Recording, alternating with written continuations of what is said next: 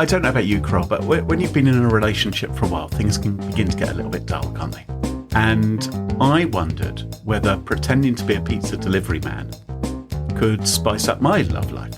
You know, my first boyfriend was a pizza delivery guy. Well, is that how you met him? No, I was a cook at the same place. When the moon hits your eye. Right, okay. Smashing Security, episode 336. Pizza Pests and Securing Your Wearables, with Carole, Theriault and Cluley. Hello, and welcome to Smashing Security, episode 336. My name's Cluley. And I'm Carole Theriault. Carole, you're back from your secret mission. That is fantastic. Yes, it is fantastic. The sun is shining in the UK. Fantastic. I love it. Well, you know, I'm not a big fan of sunshine, and... What? Well, you know, obviously it does provide life on Earth and all that, but generally I prefer it a bit chillier rather than warmer. But I've just spent a few days on a beach, and I hate beaches. And historically I've hated sand, but I have to say for the first time in my 50-something years, I quite enjoyed being on a beach. And it was quite pleasant being in the sea. Sand just reminds me of building sites normally, but I can recommend Woolacombe Bay in Devon if anyone's passing. Lovely waves. Yeah, where the sand hater just learns to love it. Okay, fantastic. It's taken me a long time. Shall we get this show on the road, Graham? Go on then. But before we kick off, let's thank this week's great sponsors, Collide and Beyond Identity. It's their support that help us give you this show for free. Now, coming up in today's show, Graham, what do you got?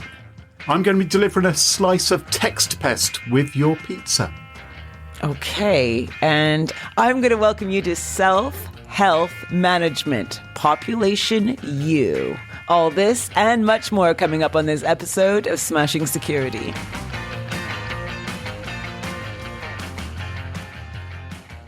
Now, Chum, I wonder, have you ever had a bad pizza experience? Yeah, someone ordered a Hawaiian once. Really? Have you got a problem with the Hawaiian? Yeah, it's not for me. I quite like a bit of pineapple on my pizza, actually. I think it's quite good. Well, you're a child of the 60s, so, you know. Well, I'm surprised you don't like Hawaiian pizza, because where do you think it comes from? What? Canada. Ontario, Canada. Well, I live here, so, you know, maybe that's why. It's the home of the Hawaiian pizza. Shame of Ontario. Shame. A chap called Sam Panopoulos invented the Hawaiian pizza, and there you go. I think it's all right. It's much better than anchovies. Oh no, I love anchovies. Or clams still in their shells. And I love clams. Love that. Really? On your pizza? Isn't that a bit clacky?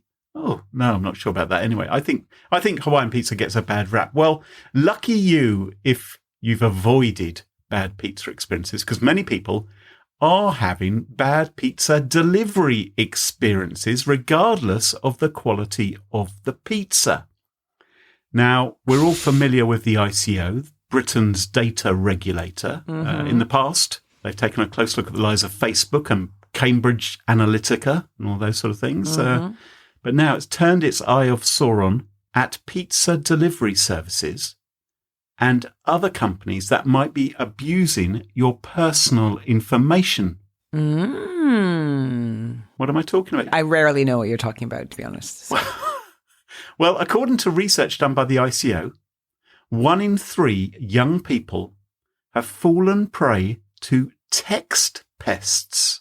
Text pests. I've never heard that term. People who pester while they text.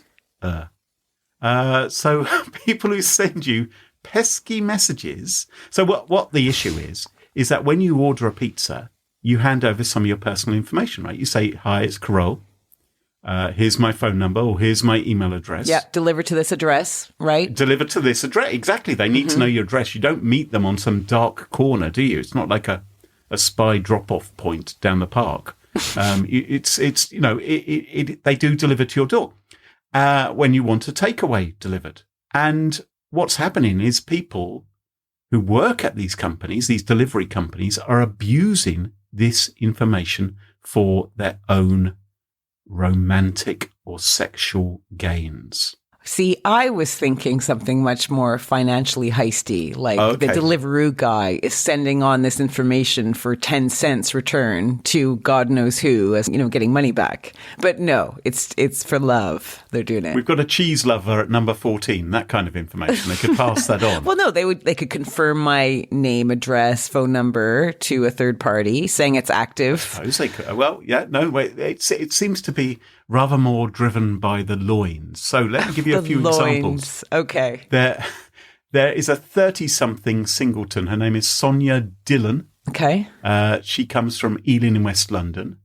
She was tucking into her takeaway pizza, chomping away, had a, mouth in the trough, and her phone goes off. Right. And it was the manager of the pizza restaurant asking if she was happy with her order. What? And so she tentatively said, yes, thank you. Not why? What would you do to it? Did you drop it or something? Well, that's the thing. Did you give it some of that special dressing? Oh, God. Come on. Doesn't that happen in Betty Blue? Anyway.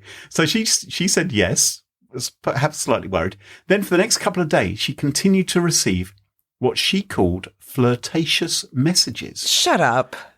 suggesting that she could thank him in person if she was enjoying his lovingly made cheesy crust. What? So Now- this is the... Sorry. So is this the driver? Because he's presumably the delivery guy is the person who saw, the... According to Sonia, she says it was the pizza takeaway manager, who might have been the driver. Who knows? Right? He Right. could have been the Small driver joint. as well. Yeah. Mom and pop shop. Yeah. Okay. Great. This is fun. Okay. Maybe if he sees it's Sonia who wants the delivery, he said, oh, I'll take that one. Yeah, I got this. Don't worry, Okay. Dave. Don't worry. You have a breather. Now, I don't know about you, Carole, but when you've been in a relationship for a while, things can begin to get a little bit dull, can't they? You might need to spice up your love life a little bit. And I wondered whether pretending to be a pizza delivery man could spice up my love life. My first boyfriend was a pizza delivery guy. Well, is that how you met him? No, I was a cook at the same place. But Did you have a huge crust? Is that how it all began? just what has happened to you? You're over 50. You can't talk like this. Well, I found a website which appears to be dedicated to offering advice for pizza delivery people who want to chat up their clients. It is giving lines, like chat up lines, for pizza delivery people to use in those kind of scenarios. Is this funded by Domino's? They had a rebrand recently. Maybe they're trying to recruit new drivers. Okay, I'm trying to think of some pizza innuendos without cheating. All right. Okay. Nice pepperami. Yes. Is that could yeah? say that. Yeah. So, you're hot enough to burn the roof of my mouth was one I read. I love that. That's so nice. That's what I look for. One which was listed was, your eyes look like pepperonis. Now, that doesn't sound to me like a good thing. Yeah, I don't know if I'd be flattered. Bloodshot. Yeah. Huge. I want to give you olive, my love. Ugh, lame. It's quite clever. Oh, all right. Yeah. Okra. You could do one with okra. Oh, yeah. I don't know what. Stole a pizza, my heart. When the moon hits your eye. Right. Okay. There was one person who said, I'm like pizza. You can have me all at once or save me for the morning. Presumably not going to taste that good in the morning, are you? Oh, I don't know. I like morning pizza occasionally. That's a dirty secret, but yeah. Okay. yeah. Anyway, so Crazy. poor old Sonia, back to the real life rather than my love life. Poor old Sonia, she found that this guy started sending her messages on other messaging apps as well. He found her on Telegram, which automatically deletes messages, which meant that she didn't have an audit trail of them. Anyway, she wasn't sure what to do. And she was going to report it to the company. And the rest of her family said, don't do that because he could lose his job. So she left it. She didn't complain. Now it seems to me. Well, so the parents were worried about his employment as opposed to the harassment of their daughter. Okay. Yep. Because Great. presumably he's not just doing it to Sonia, right? He's probably doing it to many other women, you'd imagine. I wonder if this affects his books, though. Because I'm assuming Sonia ain't going back to this pizza joint. But if they do the best pizza in town... Do you put up with a bit of harassment? Is that your question? Or do you call up calling yourself Bernard with a deep voice? And when they come to deliver it, not answer the door, just ask them to stick it through the letterbox. The pizza, that is. I'm sure you can get like a voice regulator jobby on Amazon for a few bucks, right? You could. It's Bernard. It's Bernard. But it is scary because obviously, as you mentioned, they know your address. And if you take contact details are provided to a business and then used to chat someone up or used in a way people weren't expecting to be used, that is a breach of data protection laws. Like, I'm fine with the guy calling up going, hey, is my pie tasty? Right? And then you're like, you're 8 fine out of with 10. That? Yeah, I'm fine with one call. I would actually be touched. I'd be like, there you go. Very much. 8 out of 10. Next time, make sure this cheese isn't sticking to the roof of the box. Otherwise, A-okay. I think you're just too sad and pepper lonely. That's what your issue is. How cheesy. And so some other people have had problems with this. Breakfast TV presenter Naga Munchata, she says that she's received unsolicited and unwanted attention from taxi drivers who've picked her up because they had her phone number. When you book a taxi, they have your phone number, and it's made her feel unsafe. What? So they call her up afterwards and go, "Hey, this is Ron, your cab driver from last week. Just checking in. If you need a cab, let me know." Or maybe saying, "I loved what you wore on the TV the other day," or just trying to, people act inappropriately. I don't know. Come on, if someone texts you. If someone emails you, right, about the podcast saying, hey, really nice episode, Graham. Carole didn't really know what she was talking about, but you were fabulous. You were fabulous. Okay, I'm warm into this now. Love Charlotte, right? Yes. So if she emails you, you're cool with that. You respond and go, I agree, Charlotte. I am very good and Carole is not so great. If she texted you that... You'd be like, how'd she get my number? Yes, I would. Although you've given your number to loads of people that you don't really know, like loads of businesses and people. Perhaps. But yeah, it's not something You'd be weirded out. You'd be weirded out. It'd be weird. And if she knew my address... What, she's knocking on the door? She might be. Charlotte the Harlot. Graham, you're the best. I've got a banner. Courtney Sherwell is a school support worker from London. She says that she was using this weekly meal delivery service. One day, the delivery driver changed and she began to receive unwanted messages. And again, she was nervous of reporting it, but this time because she thought the delivery person would know the complaint was from her. There's another woman, Lisa from Manchester, I was reading about. She used an airport parking service and the shuttle bus driver who was taking her to the terminal, he said, give me your mobile number because that'll speed the pickup when you get to come to get your car later. So she did. And during the holiday, she kept on receiving messages from the shuttle bus driver asking her how the holiday was going. And this freaked her out. And she had to get a friend to come with her to collect her car because she felt uncomfortable when she returned. Yeah. Another woman, Helen, she got messages from a takeaway pizza employee, explicit ones. I saying, hey, I'm just cooking your pizza, looking forward to seeing you soon. And that's not explicit, Graham. I don't know where you live. But when he delivered the food, he complained that she hadn't replied. And she said to him, well, you've been in a breach of GDPR, which I have to say does kill most romantic flirtations dead, doesn't it? Depends who you hang out with, Graham Cluley. I've had much success with GDPR lines in my life. Oh, yeah. Oh, yeah. Anyway, she ended up slamming the door of him and then was bombarded with messages. Okay, that one's different. This is different. Don't you think from the other stories? Like... Well, yeah. She ended up getting a dick pic sent to her on Facebook as well by this guy. So what do you do about that? Nothing. Right? Is it harassment? Well, 66% of people, according to the ICO research, believe that it is not morally right to use personal details given for business purposes for romantic or sexual propositions. 100%, yeah. Right? Well, no, not 100%, Carole, 66%. 5% say it's totally all right. And absolutely, so 1 in 20 say it's absolutely acceptable. Because if she's hot, then you can send her a message. But it's a gray area, right? Because I may decide to have a party, right? And you and I are effectively work colleagues. And I can call you up and say, hey, want to come to my party? And you'd be like, how dare you use this line of communication for non-business affairs? I'm going to report you, right? So, I should report you for a GDPR breach, you reckon? do you know what I mean, though?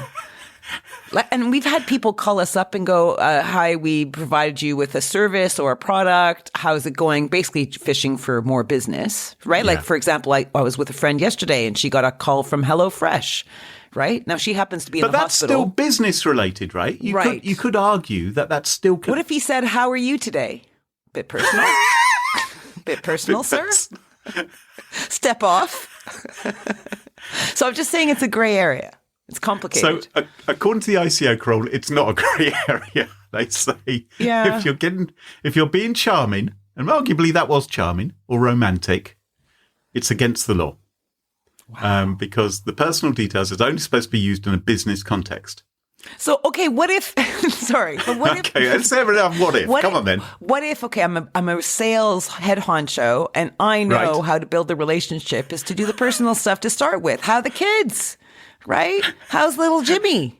How's the football? That's how how's the car going? Yeah, you had car engine the other, with your Datsun the other day, the old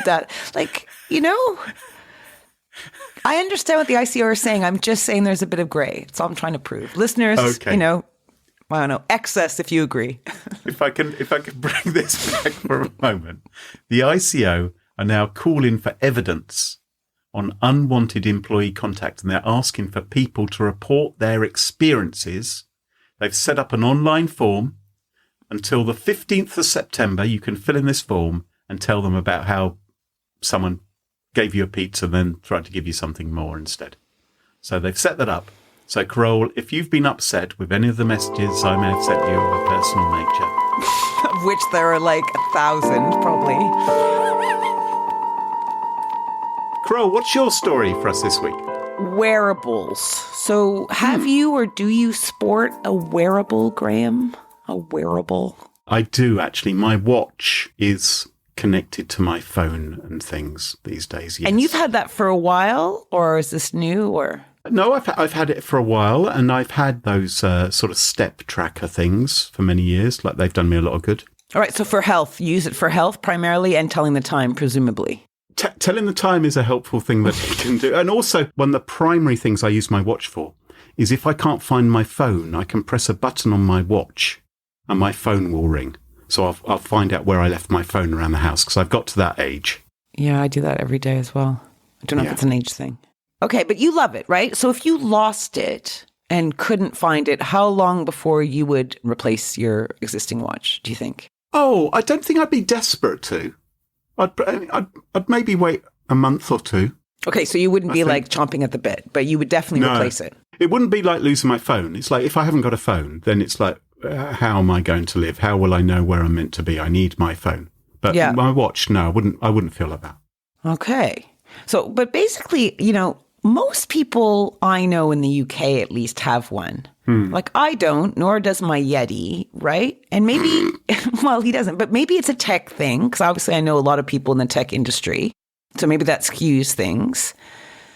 US people seem to have it a lot. Actually, most of my US friends have one. Right. And the market research folks say that wearables are a market to keep an eye on because it slowed down a little during the pando, but it's predicted to have a serious uptick. So at the end of last year, more than 1.1 billion people globally apparently used their wearables to stay connected. Wow. That's incredible. Because these things aren't cheap. No, it's 1 in 8 on the planet. Yeah. I mean, they're not really a necessity, are they? I guess you don't miss what you don't know. I do live by that. Mm-hmm. But it's not just smartwatches, right? Though that is big news too, because there's so many different providers of smartwatches. You've got like Garmin and Fitbit and Google Pixel and Samsung Galaxy and of course Apple. Mm-hmm. Smartwatches themselves have been around for about a decade, I guess, because the Apple Watch X or 10 started getting some news last week, even though Apple Watch 9 isn't even out yet. So I think this is because whilst 9 is expected to be more of the same, maybe with a few tweaks and a few, flurries, there's going to be a major redesign for the Apple Watch 10, a la iPhone 10, if you remember. Oh, who cares? I mean, I don't understand people who have to have the latest watch. It's daft enough that people need the latest phone, but I think a watch, I mean, it's fairly rudimentary what you're doing with it, most people, isn't it? I don't know why people would upgrade. Well, new features that have been predicted is that there's a brand new watch band overhaul. So it's going to use this magnetic system, which of course means that all your existing bands, especially if you've bought dozens of them, will no longer work. Right. But there's also whispers of a blood pressure monitoring system as well. Okay. As you know, there's more out there than smart watches. We have, of course, augmented and VR headsets. Okay, so still considered quite big and clunky from the people that have them. But I say watch this space because it's expected in the next few years, we should expect to see these combined with other devices such as your watch or glasses or headphones. Or guillotines. I think that's what they should be combined with. Anyone who's wearing one of those, you just think, oh, for God's sake, just leave planet Earth, please. Have you heard of hearables? Hearables? Hearables. Well, there are do you mean like hearing aids? Because there are very cool hearing aids these days, aren't there? They can be tiny. I mean, I think people were embarrassed wearing hearing aids at one time, or some people were, but now they're quite remarkable how small they can be and how clever. And I imagine they would be connected, as it were. Exactly. So they're one part hearing aid and one part headphone. Right. So typically these devices are Bluetooth streaming with hearing aid functionality or health tracking information. Huh. And there's apparently the opportunities grew because hearing aids were declassified as, how do I explain this? So they were declassified in a medical sense. So meaning they could be sold over the counter and there were less stringent regulations. So all this has apparently boosted innovation in the hearable market. I was always told never put anything smaller than your elbow in your ear hole. So I would be nervous of wearing a hearing aid if it was in my Do you wear headphones? As it were. Well, that's over. I don't mind if it's over. Oh. Yeah, but they don't go in my ear. Oh, you don't wear like little Apple I don't like to. I don't like to, no. Right. So things like hearables with biometric or proximity or movement and those kind of sensors is going to enable them to gather contextual information about the user. So it can do things like mapping, so contextual location-based suggestions. Oh, that sounds scary. That sounds like... just say, hey, don't you want to pop into Boots? Exactly. That's what I mean, is the advertisers. They're the ones who are driving this, aren't they? Yeah, well, there's also environment-based noise suppression. So say a few buses go by or something, it'll change the sound to enhance your audio. And there's even things like heart rate tracking and voice-based personal assistance. So all kinds of stuff. But there was one that kind of blew my mind, and this was smart fabrics and textiles. Have you heard about these? They are known as e-textiles. And the idea is to integrate electronics within the fabric itself, right, which can then be used for sensing or communication purposes, right? So this opens up a whole world of possibilities for creating interactive garments like, hey, I stink, wash me. Oh, you're so much cleaner than me. Where my mind was going was quite filthy. I'm not surprised. Or like your shoes could be like, you only walked 100 steps today, you lazy, That's good. I was imagining something with arrows which said down a bit, down a bit. It's like, you're almost there. There, oh, bing, bing, thank you. Yes, sorry. I don't know what you're talking about. Nor me. But seriously, so Science Daily have a story about fiber optic pants to offer low-cost way of monitoring movements. Hang on. When you say pants, do you mean American pants or British pants? I don't know. I'm leaving that to I couldn't tell. They also had another story about researchers who developed a fully knitted circuit-embedded knee wearable for wireless sensing of joint motion in real time. How cool is that? What's the purpose of that? Well, say you had osteoporosis or you had meniscus tearing on your knee. So they were saying, well, do you need an operation? Do you not? Let's put this on, wear it for a week, and we'll see what's going on in there. Oh, okay. All right. And another recent study, researchers from Japan developed a novel wearable chemical sensor capable of measuring the concentration of chloride ions in sweat. Okay, so seriously, by using a heat transfer printing technique, the proposed sensor can be applied to the outer surface of common textiles to prevent skin irritation and allergies. I think clothes can already detect when I'm sweating a lot. I think they've got a sort of built-in method. By analyzing your sweat, yes. It can tell you, you're near a heat stroke or you're dehydrated, right? Go have a drink, guy. Okay.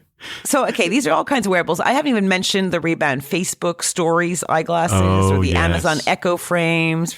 Echo frames. Anyway, okay. So basically the upshot is IoT wearables continue to be big business. And not only do you have like a strong hardware market, right, but you have a strong software one. Which means that I feel confident in predicting that there's going to be an increase in IoT hacks, be it device vulnerability, right? A software one or hardware one, privacy oversight, user error. Do you think? Things could be hijacked, maybe. You could be held ransom. Your knee or your nose or your ear or some part of your body could be seized control. didn't this happen? Wasn't there a sex toy? Do you remember the sex toy? Yes. Where people they sort of put their cock in a cage. They got taken over. Yeah, it got taken over or something. Yes. Sure, we spoke about that. The thing is in all my examples, there was a bit of a health thread, wasn't there? Right? Yes. Jesus. And that's like the big focus. I know sex is a big focus for lots of people, Graham, so don't feel weird. But another big money focus is health information and what's available with this new wearable, I don't know what you call it, evolution. Right. Because the health data is big business. So who do you think might want to buy, collect, collate, crunch, and analyze health data? Google, Facebook, the usual suspects. That's interesting. I think you're totally right. Amazon as well. I don't even have them in my list, but I think that's absolutely true. Another one is big pharma. Yeah. Right? Because wearables can be used for collecting all kinds of real world data on medications. Oh, insurance companies. Yes, insurers. Because the insights they derive, like tracking everything from your activity levels to resting heart rate, sleep patterns, means that they can refine pricing, right, for you and make more unique risk classes. So it'd be more competitive and it would be more like priced for you is the way they're selling it. Employers, they might want to know that you're sweating enough, so you're working hard enough. Right.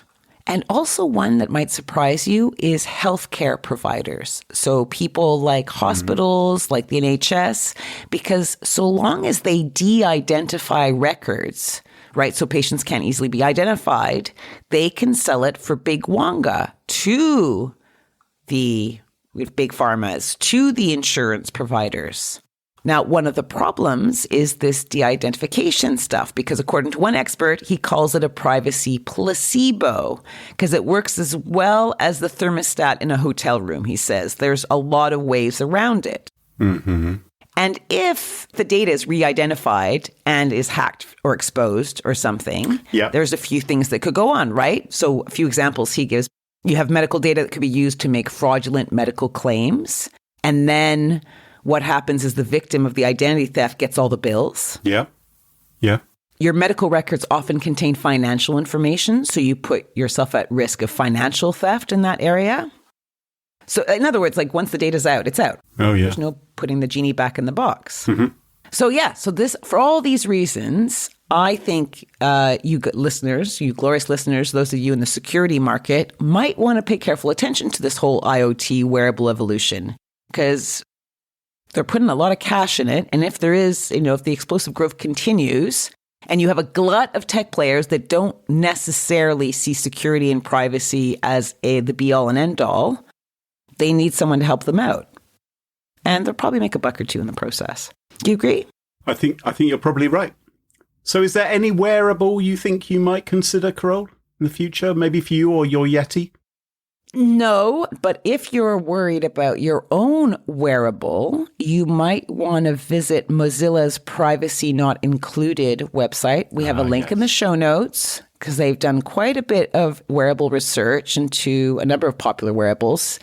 And quite a few of them get high creepiness ratings on how much data they hoover up from the user. So Check it out. That's me, Carole, out. Off the floor.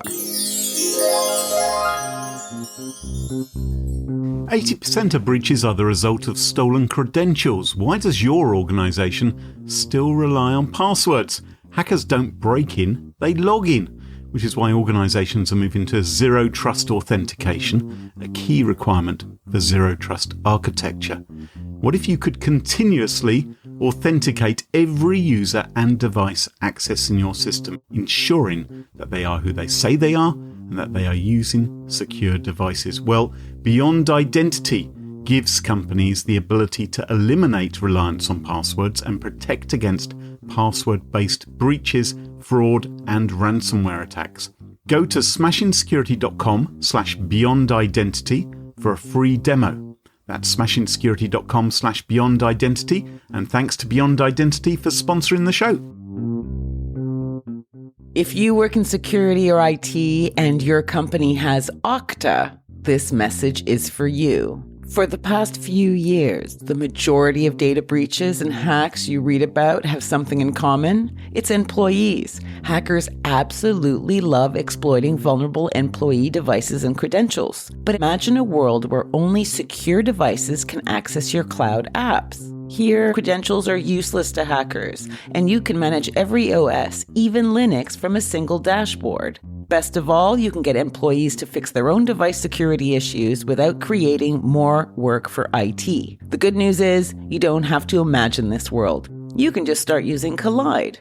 Collide is a device trust solution for companies with Okta, and it makes sure that if a device is not trusted or secure, it can't log into your cloud apps. Visit collide.com/smashing to watch a demo and see how it works. That's KOLIDE.com/smashing.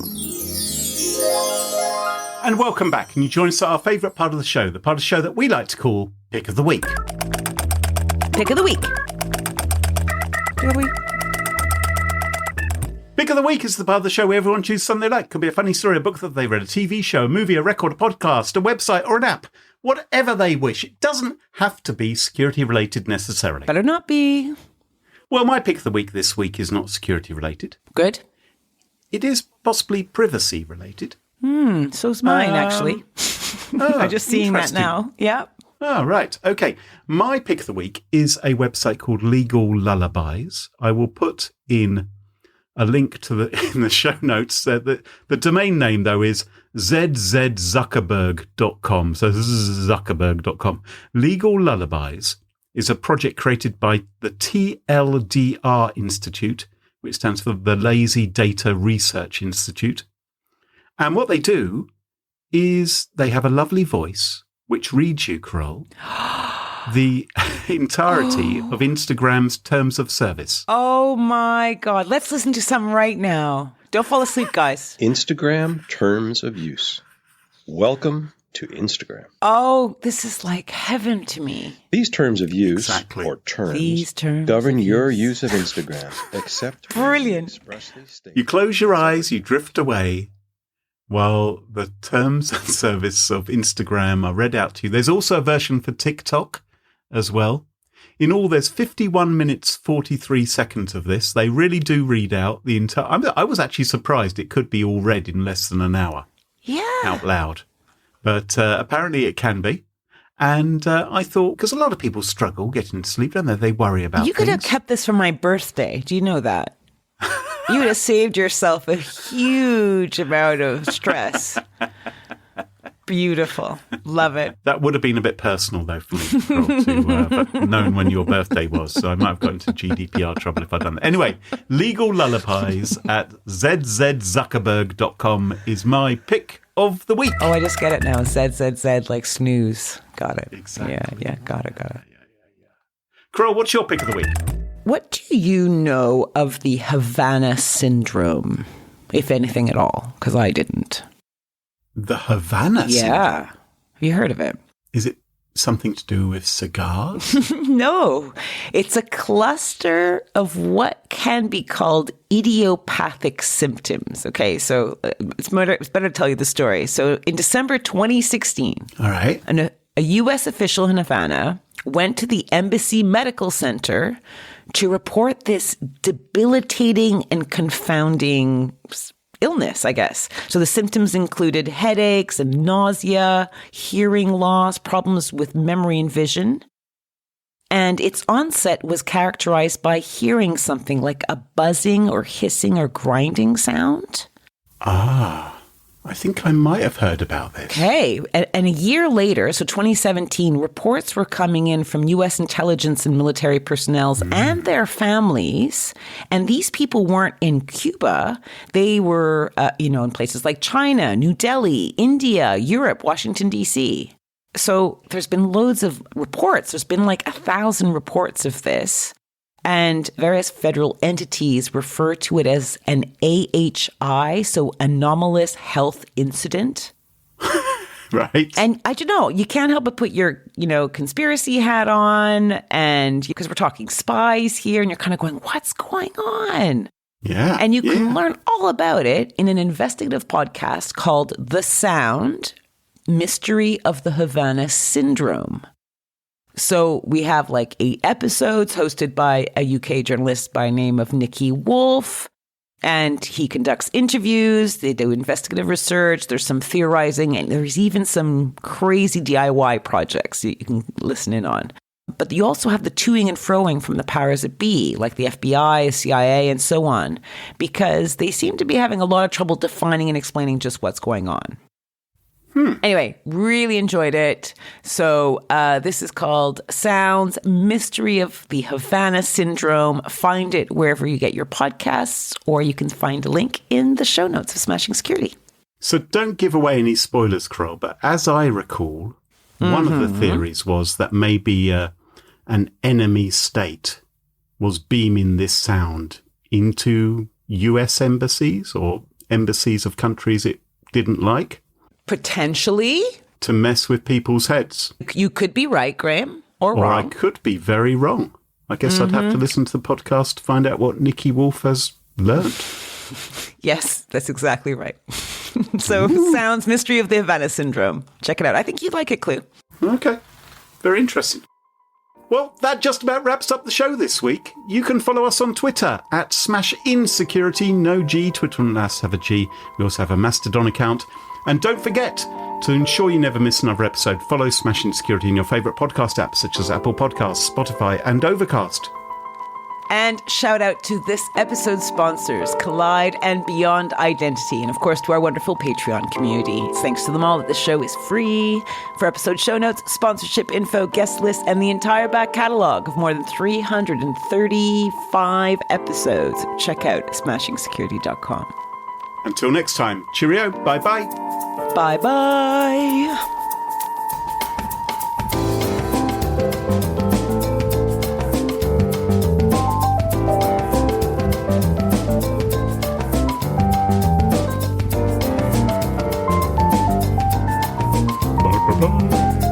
So this noise, what does it sound like?